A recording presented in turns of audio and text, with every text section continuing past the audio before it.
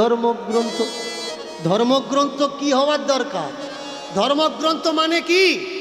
ধর্ম, ধর্ম ছটে শান্তির আর এক নামই হলো ধর্ম। আজকের আমার ভিডিওর নিচে কমেন্টগুলো পড়বেন। মুখার্জি, চ্যাটার্জি, চক্রবর্তী, ব্যানার্জি, বন্দ্যোপাধ্যায় আর দাস, এরা কারা? বৈষ্ণব সম্প্রদায় কিছু, আর কিছু ব্রাহ্মণ সম্প্রদায়। তারা নোংরা নোংরা ভাষায় গালাগালি করছে। আমি তো কাউকে গালাগালি করছি না, আমার বাম্মা তুলে গালাগালি, আমি কাউকে গালাগালি করছি না। আমি কি করছি? আমি একটা কাজ করেছি, আপনাদের ঘরের নিভে যাওয়া প্রদীপগুলো তেল দিয়ে জ্বালিয়ে দিয়েছি। আজকের এই ভিড় কিসের জন্য জানেন? চেতনা জেগে উঠেছে। আর এই অবদানটা কার? চৈতন্যের অবদান। এটা দীনকৃষ্ণ ঠাকুরের অবদান নয়। এই একই চেতনা দিতে চেয়েছিলেন কে? আমার মহাপ্রভু। কেন মহাপ্রভুর পিছনে ভিড় ছিল? তিনি কৃষ্ণ বলে না,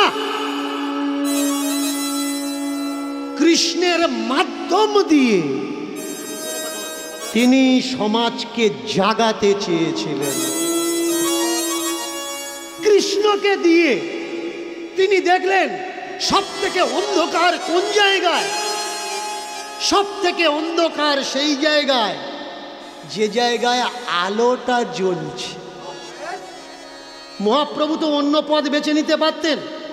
অনেকে আমায় বলে, আপনি কীর্তনের আসরে এই কথাগুলো বলছেন কেন?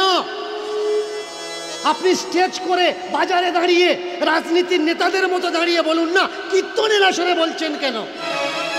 আমার ধর্ম অন্ধকারে কেন? এই ধর্মের জন্য। আপনারা গলা ভারী করেছেন, শরীর দাঙিয়েছেন, কিসের জন্যে? ধর্মের জন্য। ধর্ম যদি না থাকতো আপনার গলায় কেউ মালা পরাতে পারত না। আর আপনি মালাটা কেন পরেছেন? এই ধর্মের ঠিকাদাররা বলছে মালা থাকলে নাকি মাথায় বাজ পড়বে না। আমি নাম ধরে বলে দিতে পারি কারা কারা এই কথা বলছে। বাজ কি? বাজ হচ্ছে একটা ইলেকট্রোম্যাগনেটিয়াম, ইলেকট্রোফ্রিকোয়েন্স। বাজ সাইকেলেরও ভোল্ট, লাখো ভোল্ট, ইলেকট্রিক, এছাড়া আর কিচ্ছু নয়। আপনি যদি মনে করেন হ্যাঁ সত্যি তুলসীর মালা গলায় থাকলে মাথায় বাজ পড়বে না, আপনি সোজা চলে যান, তুলসীর মালা গলায় আছে আর ইলেকট্রিক বোর্ডের মধ্যে হাত ঢুকিয়ে দিন, 220 ভোল্ট ঝটকা মারে কি দেখুন। যদি ঝটকা মারে মানে ওর কথা মিথ্যে, আর যদি ঝটকা না মারে হাই ভোল্টেজে হাত দেবেন, দিয়ে বলবেন দেখো গলায় মালা আছে, আমার ইলেকট্রিকে ধরছে না। না ভাই, দ্রব্য বস্তু সে তার গুণ দেখাবে, তোমার গলায় মালা থাক বা না। তুমি মুসলিম দাড়ি টুপি নিয়ে ইলেকট্রিকে হাত দাও না, দেখো না ধরে কিনা। ও দিয়ে ইলেকট্রিক জানে না তুমি কোন ধর্মের মানুষ, কোন সম্প্রদায়ের মানুষ। ঝাল সে জানে না তুমি কোন সম্প্রদায়ের মানুষ। বস্তু দ্রব্য এ তার গুণ দেখাবেই দেখাবে। এ চেতনা কে এনে দিয়েছে?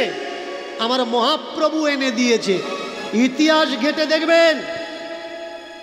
আমাকে অনেকে বলে চৈতন্যকে জানতে গেলে কোন কোন বইগুলো পড়বো একটু বলে দিন। যারা সত্য চৈতন্যকে খোঁজ করছেন লিখে রাখুন, চৈতন্য অ্যান্ড হিজ এজ বইটা পড়বেন। মহাপ্রভু মৃত্যুর রহস্য সন্ধানে পড়ে দেখে নেবেন।